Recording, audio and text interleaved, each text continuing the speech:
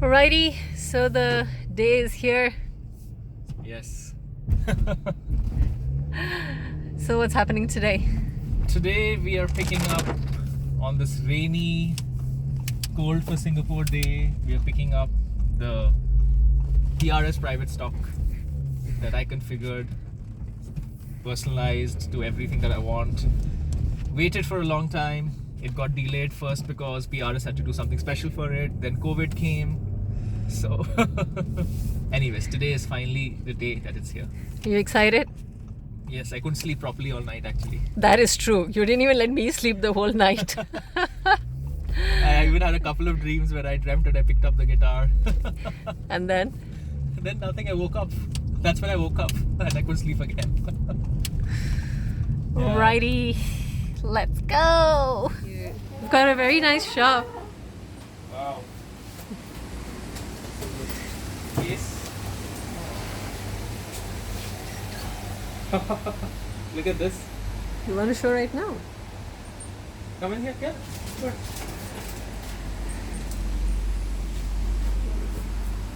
Wow. Have you ever seen anything like this? Nice.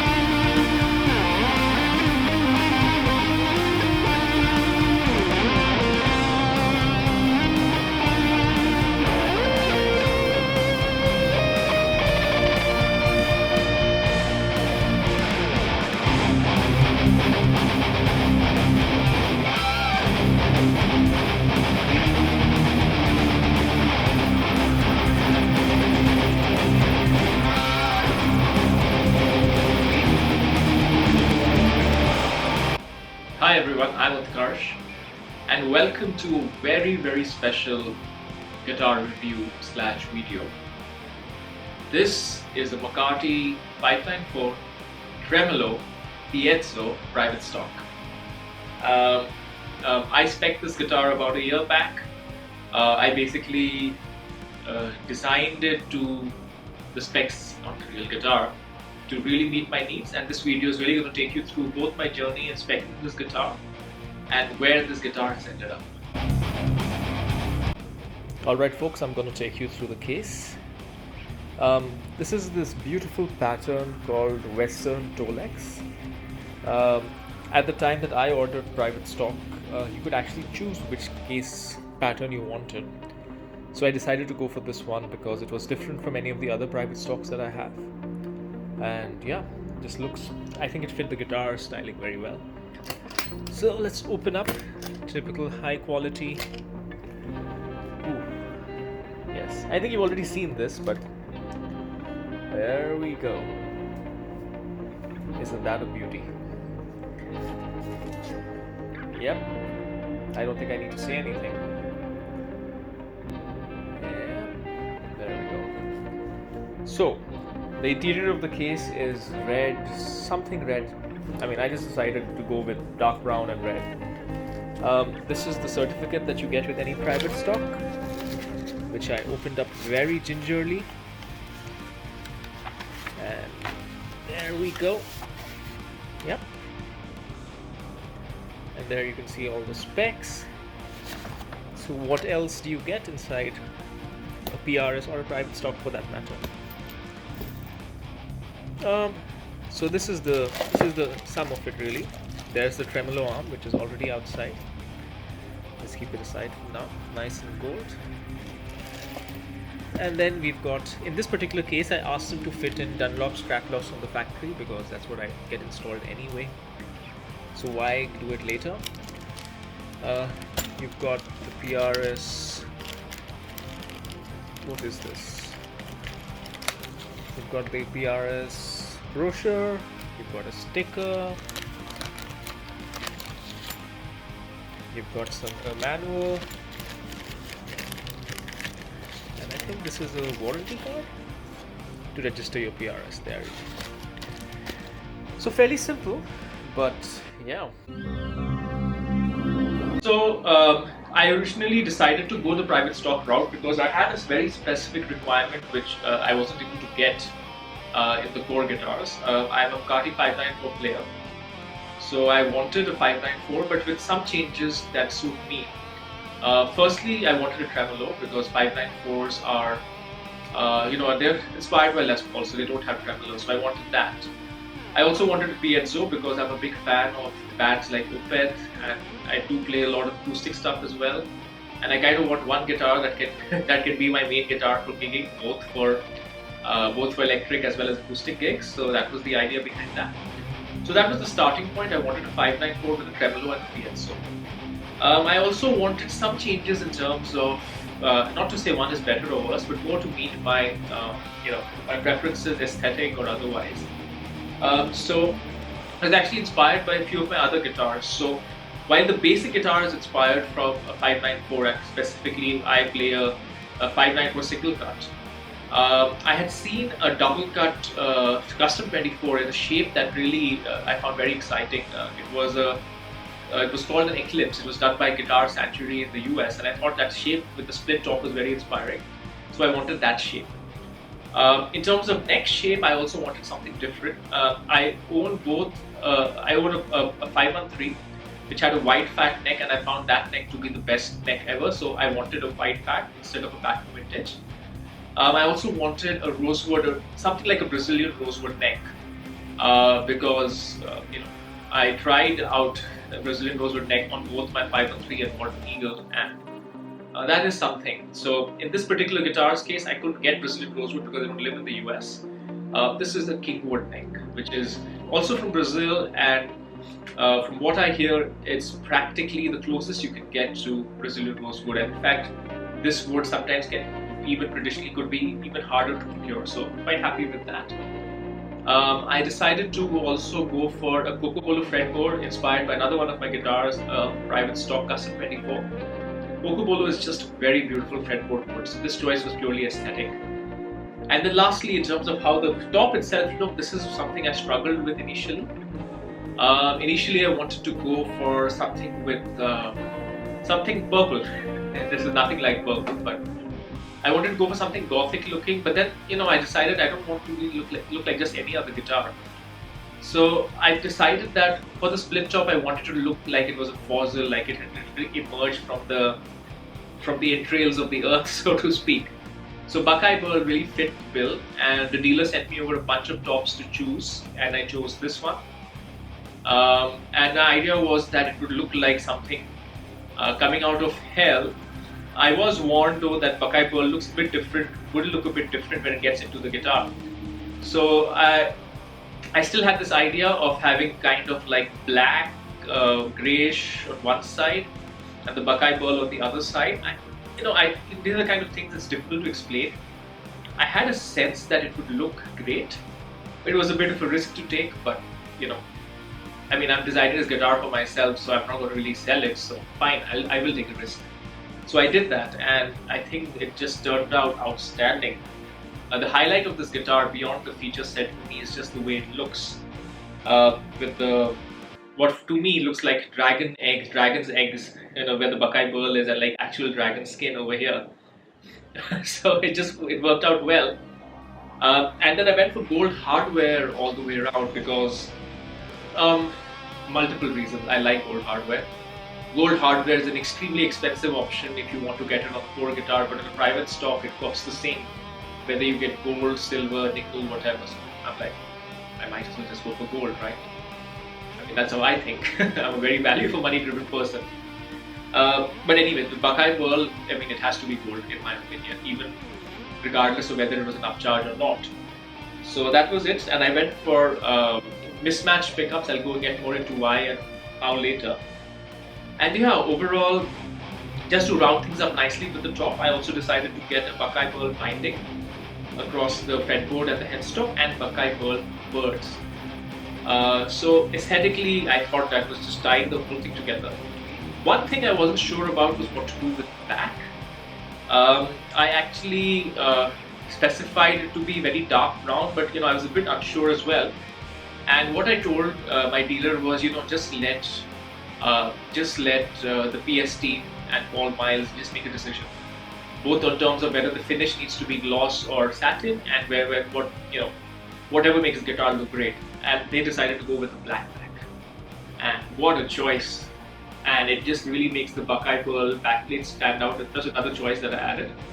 It makes it really stand out very well. So yeah, so aesthetically, this guitar came out looking even better than I expected. I was expecting something great. Now a little bit into the electronics and the playability of this guitar. So electronics wise, for the neck pickup, I went with a 5815 LT. Same as a normal 594. 5815 LTs are the best pickups out there, I think, bar none. So there was no reason on the neck to swap it out. On the bridge, however, I have a lot of guitars. I have played a lot of pickups. I realized that I like the feeling of ceramic pickups, purely because of how I am and the kind of music that I play. So because of that, I decided to swap out the bridge into a Tremonti, which is one of the two ceramic options for PRS, the other one being the metal, which I have not tried. And I left it uncovered because I just thought that gold on both sides would be a bit too much, and also, when a pickup is uncovered, to my ear, there's a bit more high end. And yes, there is a lot of, this pickup has some bite. We'll talk about that in a bit. Okay, electronics wise, beyond the pickups, it's a 3-way, just like a 594, 3-way switch. Here's where things get a bit interesting. So originally I had specified a 594 layout, which is a Les Paul layout, plus 5th knob for the piezo. In the middle of building this guitar, the folks at PRS realized that, it cannot fit. Even though I had specified the guitar to be single cut thickness, which is quite thick actually. By the way, this guitar is not heavy at all. I am shocked at how light it is. This is 3.5 kilos at the very most. And it's much lighter than my other single cut thickness PRS, the Custom 24 that I used to have, as well as my Mccarty 594 single cut. This is way lighter. So I don't know what kind of magic mahogany they're using on this one. So anyways, so back to the layout. They could not physically fit in a piezo, a tremolo, and the 4 knobs, and the piezo switching into this, despite having the thickness. So they told me you have 2 options. You turn this into a hollow body, or you think of a different layout. I don't want to turn it into a hollow body. I'm a metal player, so you can play metal with a hollow body, but maybe not me. So I decided to keep it 2 volumes, because for me the individual volumes that you can do on a Les Paul is critical. So this is neck volume, bridge volume, and a master tone. I do use the tone knob, particularly for rolling it off to get the woman tone if I play like 60 stuff, but I don't necessarily need to have different tone settings between neck and bridge and this one. So that was no loss for me. It's a bit simpler as well. And then I wanted to make sure this guitar can do everything that I expect it to do. So this has a coil split for the neck, coil split for the bridge, and an outer phase switch on the tone, which is a secret weapon. And that's lovely. So I've lost count of how many sounds this guitar has. It probably does pretty much almost as much as the 513 now, I'm guessing. And then of course you have the piezo and the standard piezo on-off blend switch. So yeah, so folks, that's basically the summary of the guitar.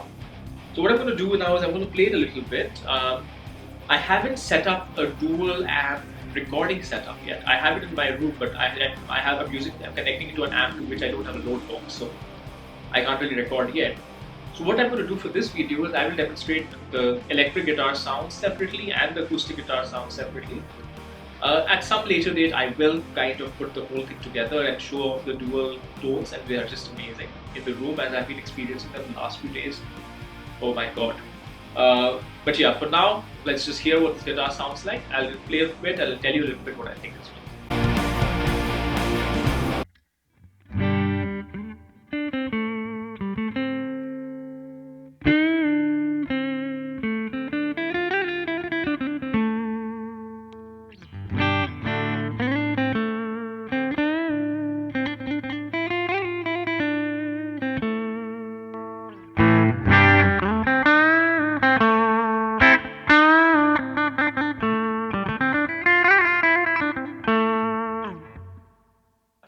So immediately you notice that the bridge pickup, because the Tremonti is extremely hot, and I like that a lot actually, because you can roll off the volume a little bit and you can still get a nice bridge pickup.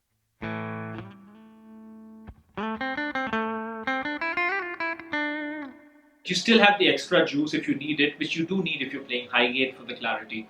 So I love that. The other advantage of having the bridge pickup a bit hotter and a bit really bright, really present bridge pickup is you split it and you have this amazing, almost Telecaster-esque, very bright kind of sound if you really want that kind of thing.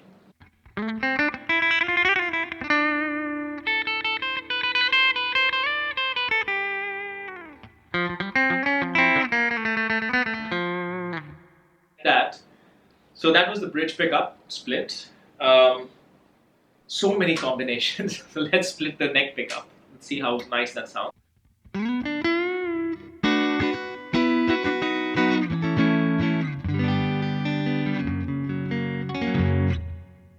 Nice and shiny. By the way, all these tones have minimal reverb. I just want you to hear what the guitar really sounds like by itself. Let's try both pickups split, middle position.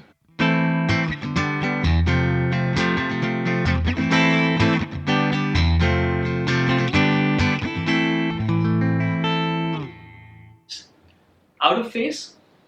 Why not?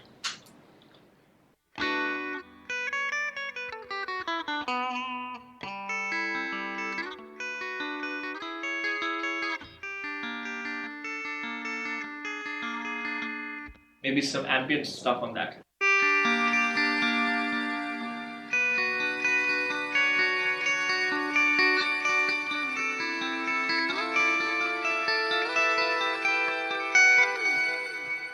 No, I was not trying to play Stairway.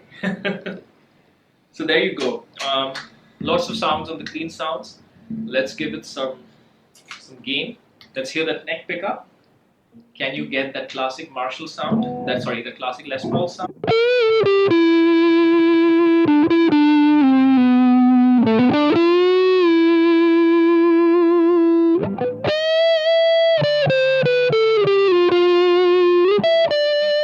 Yeah, I think you can. Middle position.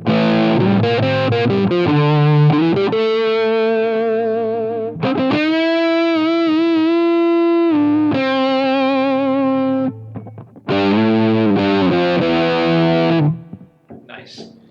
Bridge, let's give it some.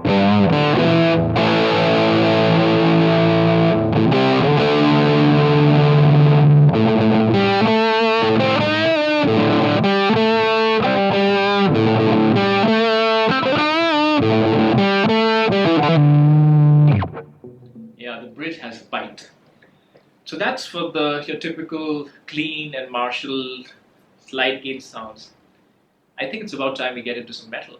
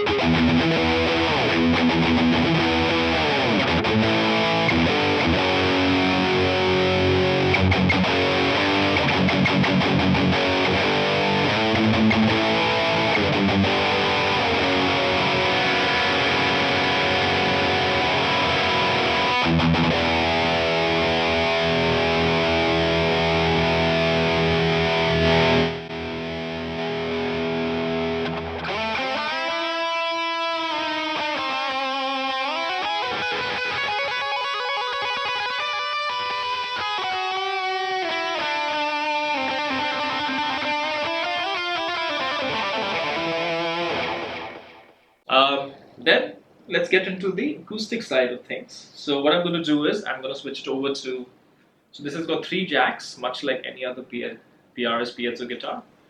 I'm going to switch it over to the Piezo jack, though you can get a blend from that. And let's get some nice acoustic sounds.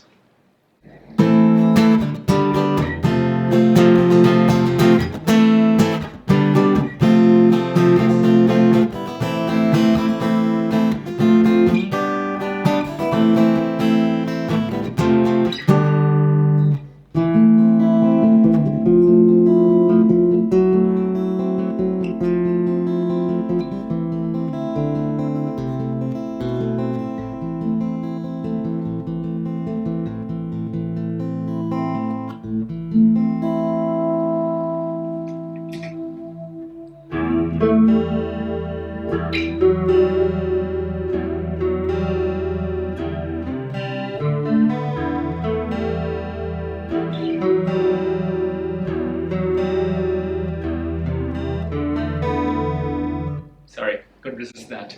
So you have it.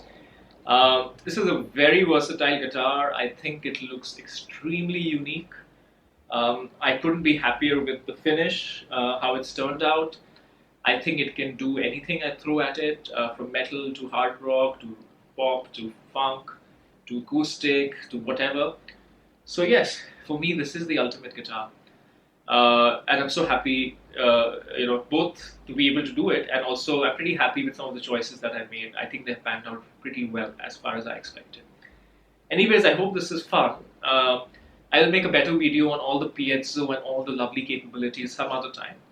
But to get you started, I hope this was useful. Alright, till next time.